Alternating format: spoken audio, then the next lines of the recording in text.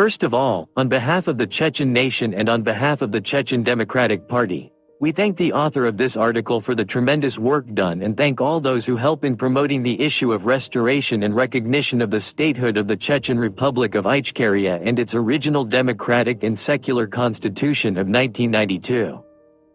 The author of this article and petition is Francesco Benedetti. The non-recognition of independent Chechnya became the first concession of the West to Russian imperialism. Today, Chechnya is occupied, and the dictator who governs it represents a denial of the values on which the European Union is based. Correcting this mistake means returning to history to restore trust in the Western world. The war in Ukraine began in Chechnya. On February 24, 2022, the Russian Federation invaded Ukraine, sparking the most bloodshed on European soil since World War II. The specter of war in Europe, which seemed to have vanished with the end of the Cold War, once again loomed threateningly. However, the aggression unleashed by Vladimir Putin is merely the latest act in a tragedy that began shortly after the collapse of the Soviet Union. When the Chechen Republic declared its independence in 1990, its president, Jahar Dudayev, appealed to the Western world in 1991.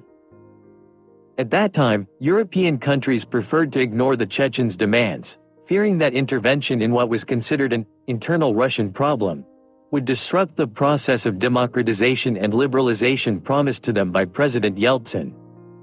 A devastating war, invasion, and genocide of the Chechen people began.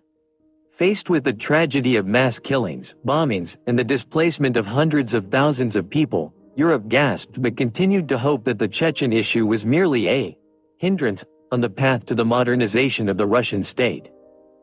Despite the lack of Western support, the Chechens managed to defend their independence, forcing Russia to sign a peace treaty. The new president of Chechnya, Aslan Maskhadov, appealed to all the offices of Europe and North America, demanding official recognition of Chechnya's independence.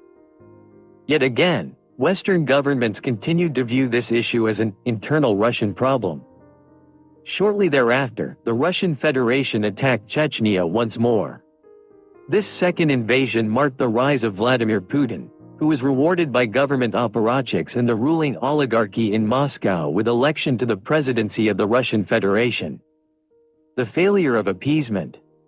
Since then, Europe has sought ways to coexist with Russia, which is increasingly leaning towards imperial restoration, enduring a long series of invasions, interventions, and political manipulations in the hope that Putin's regime would exhaust its ambitions. After Chechnya, Russia invaded Georgia, which was guilty of wanting to exist outside the so-called Russian sphere. Then came the annexation of Crimea, literally torn from Ukraine by force of arms. In 2020, it was Belarus's turn, where Putin played a key role in keeping dictator Lukashenko in power. Following that, there was direct support for separatism in Donbass, with extensive use of armed forces against the Ukrainian National Army on Ukrainian soil, without an official declaration of war. And yet, Europe was mistaken then, thinking it could negotiate with Putin, just as it was mistaken in 1938, thinking it could negotiate with Hitler. As then, concessions to the aggressor only reinforced his belief in his own invincibility, encouraging him to go further. This led to the very war European governments hoped to avoid with their lenient behavior. Finally, Europe realized the futility of negotiations and supported the Ukrainians' fight for freedom from the invader. However, Ukraine's battle is also the battle of Chechnya, Georgia, Belarus, and, in general, all the nations that have opposed Putin and his regime. Volunteer units from these countries fight alongside the Ukrainian army. Among them are numerous Chechen units, many of whom come from European countries where they were accepted as refugees or political exiles. Return to the beginning. If, as we have seen, the invasion of Ukraine is merely the epilogue of a tragedy now reaching its final act, and if it is true that Europe has realized the existential threat posed by Russian imperialism, the response of European institutions cannot stop at Ukraine. It must begin at the origin of the process that brought the war to the Union's borders, the invasion of the sovereign Chechen state and the genocide of its people. On October 10, 2022, the Ukrainian parliament recognized this necessity by acknowledging the independence of the Chechen Republic of Ichkeria. With this gesture, the Verkhovna Rada aligned Ukraine's freedom with the freedom that the Chechens have asserted and defended for over 30 years.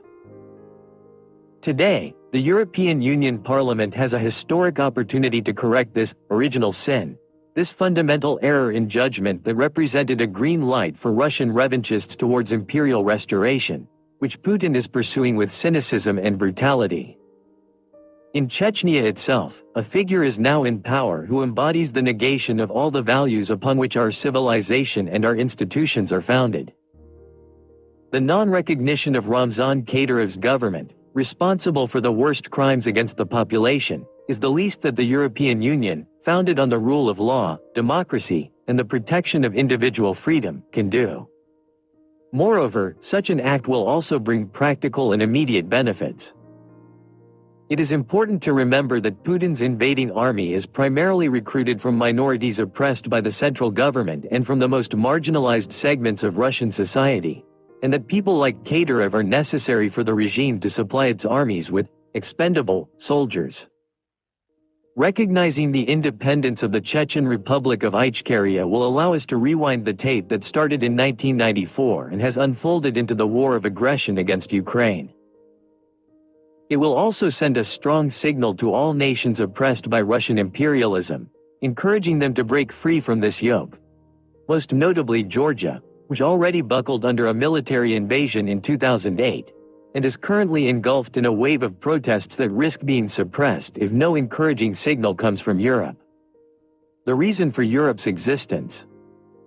The fight against Russian imperialism defines Europe's reason for existence. Beyond ethnic and political unity, economic benefits, and cultural identity, the European Union must earn its historical raison d'etre, which can only be expressed through the protection of nations' rights and the maintenance of peace, playing the peacemaking role that is so essential in the context of increasing political polarization.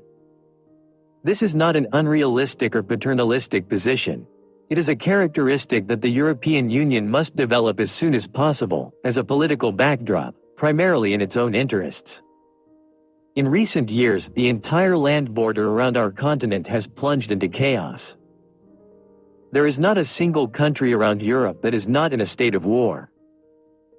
This event horizon on the Union's borders is primarily defined by the absence of an actor with the power and authority to promote peace, which should not be understood as a futile exercise in good intentions, but in the original sense of the term, pax, whose primary meaning is in the concept of agreement. If the requirement for authority lies in the consistency between the values one believes in and the actions one takes, then it is necessary for the image of the EU to be advanced, especially among those peoples who felt betrayed by the inaction of Western nations, particularly the Chechens. Recognition of the Chechen Republic of Ichkeria. From a legal standpoint, the Chechen Republic of Ichkeria, proclaimed in 1991, has never ceased to exist. Its institutional bodies survived the war, and its officials operate on European soil under the protection of host governments as political refugees or legal immigrants. The institutions of the Chechen Republic of Ichkeria are active, meet all the requirements for recognition as a formal interlocutor, and maintain regular relations with members of national parliaments and the European Parliament itself.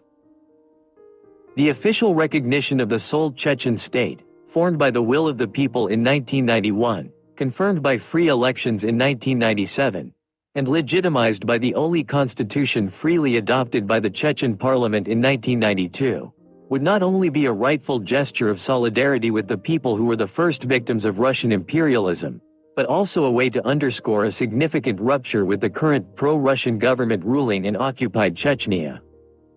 This government ignores the most basic concepts of the rule of law, democracy, and respect for personal freedoms. This initiative may raise some doubts, which we intend to dispel. Firstly, there may be concerns that recognizing the Chechen Republic of Ichkeria will be perceived as futile rather than a direct provocation.